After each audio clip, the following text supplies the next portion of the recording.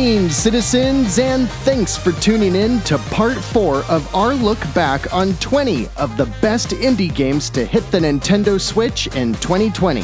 I'm Jeff, the host of Nindie Nation, where every week we check out every single new indie game to come to the little hybrid console that could. There were so many great indie games in 2020, narrowing down a list of 20 was quite the challenge on its own. We used a few unique categories like retro-inspired action or games with vast worlds and stories to explore, but as we neared the end, there was a problem. Indies, by nature, are their own animal entirely, and some of the best are born out of sheer creativity.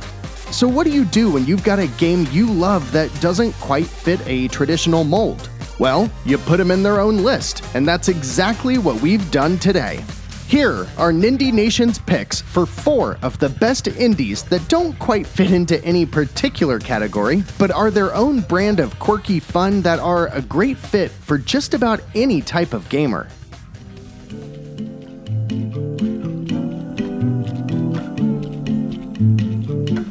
Just like 2019's Untitled Goose Game, the moment you're presented with the first level of Triband's What the Golf, you can tell you're in for something different. Billed as the golf game for people who hate golf, you ready your club, aim towards the cup, tap A to swing, and the golfer goes flying. You make it to the pin, you clear the stage, and before you know it, you're rolling desk chairs across the green, kicking a soccer ball away from a mob of children, and even making shots from the Earth to the moon. You think you've seen it all, but then the hole itself starts moving, then you're driving a car through an Excite-Bike-style obstacle course, then you're maneuvering a golf ball through an intricate series of electronic schematics systems, and at that point you pause and ask yourself, what the f? Or maybe you ask yourself, what the golf? See, What the Golf isn't a golf game, but the core mechanic is indeed aiming towards a goal and using a simple single-button swing mechanic. You hold on the button until you reach the ideal force, and then release to hit the, well, whatever it is you're hitting.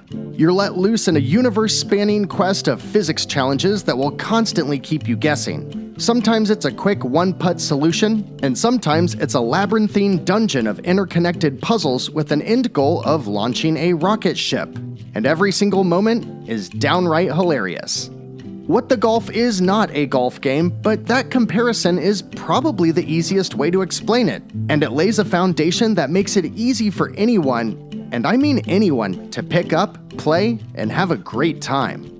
It comes complete with high scores to chase and time trials as well, plenty of stuff to keep you busy, but the sheer volume of levels and scale of the game itself, especially with how creative nearly every single chuckle-ridden puzzle is, it's more than enough.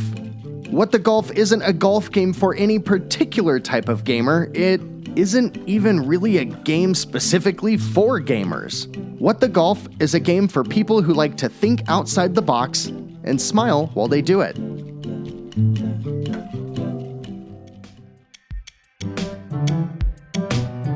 Around 2007, a little game called Peggle started taking over desktops around the globe.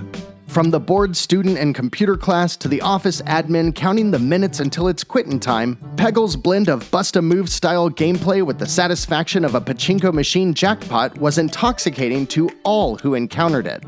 Over a decade later, Peggle has seen dozens of iterations and plenty of clones across every device with a screen, so chances are you've played this type of game before. Roundguard takes this simple, addictive premise and turns it into what we at Nindie Nation like to call a Nindie trifecta. You start with a screen of blocks, or enemies, to clear out, and then you carefully aim your shot. Will you aim for the highest score block on the screen, or will you try to execute a chain reaction to knock out as many pegs as possible?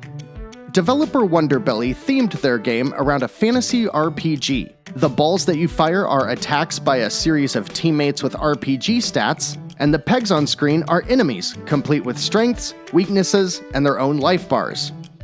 If you've played Puzzle Quest before, Roundguard does to Peggle what Puzzle Quest did to Bejeweled. It turned a beloved casual game into a fully featured RPG while adding depth, character, and charm to every element possible.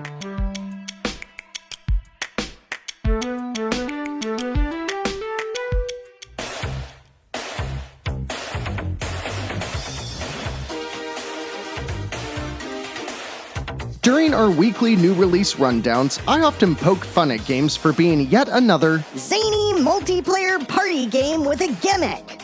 But Moving Out is one of the best. Similar to Overcooked, Moving Out boasts a bright, cheerful presentation and a simple yet increasingly stressful gameplay loop that has you cooperating and ultimately screaming at whoever is holding the other controllers. As the title suggests, this game is all about moving. Moving furniture, moving boxes, and sometimes moving chickens from a home or business, and strategically fitting everything into the moving van is the name of the game. Literally.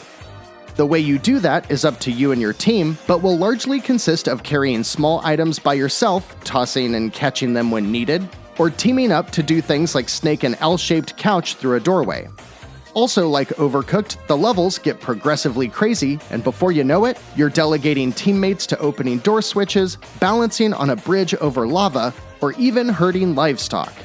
The difficulty is fantastic too, because most people comfortable with a controller should be able to clear the stages, but racking up medals will require diligent coordination and a mastery of the game's physics. There's really not much else to say about it. Moving Out is an absolute treat and one of the best ways to play games on the couch with your friends.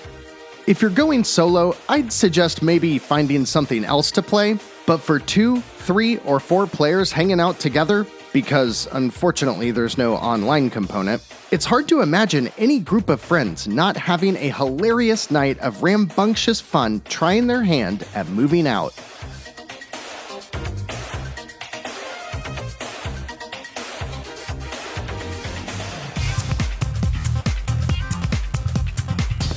Sneaking in during the final moments of 2020 was a game by designer Terry Cavanaugh, whose previous titles VVVVVV and Super Hexagon have almost nothing in common except for his trademark intuitive design.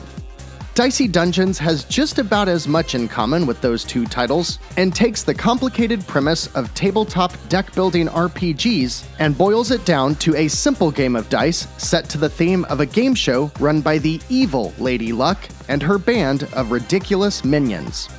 Dicey Dungeons might have one of the best first hours of gameplay ever to exist. You roll a dice, that number applies to your card, and you deal that much damage to your opponent. Then it's their turn, and soon you get a second card. Now you can pick how to apply your random dice roll. Eventually you get 2 dice, then 3, then more cards, elemental effects, a limit break move, and healing abilities for when your back is up against the wall. And before you know it, you've found yourself knee-deep in a roguelike dungeon-crawling card game. You look at the screen and say, "This isn't the kind of game I'd play." And yet, here you are, soaking in the jazzy chip tunes by the wonderful Chipcell, laughing at the quips from enemies such as a hedgehog with a cold or the insecure squid, and you're desperately hoping that your next roll contains a 6 so that you can apply your +1 buff to leverage a shock ability which will negate your foe's charm attack. It's about as nerdy card games can get, but the approach taken by the team at Distractionware boils it down to a way that makes it about as accessible as playing a game of Yahtzee. There's tons of replayability too, not only from trying the endless combinations and strategies available, but also from the 6 unlockable characters who include, for example, a robot whose dice rolls play more like a game of blackjack, and a witch who uses the roll to select concoctions from a spellbook. The depth is astounding, especially when considering just how approachable the game is. I wasn't looking for Dicey Dungeons, but its comic book meets children's storybook art style demanded my attention. Even when I read what this game was, I almost turned away, because I'm sure like many of you, I said, "I don't like card games, dice games, tabletop games, whatever." I'm here to tell you that Dicey Dungeons is absolutely worth your time and is the perfect game to wrap up today's list of unique indies that don't fit a particular genre, but are fun for just about anyone.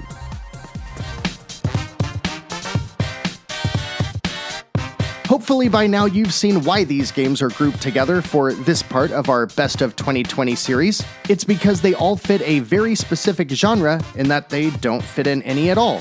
But they're all unique in their own way and are all well worth your time.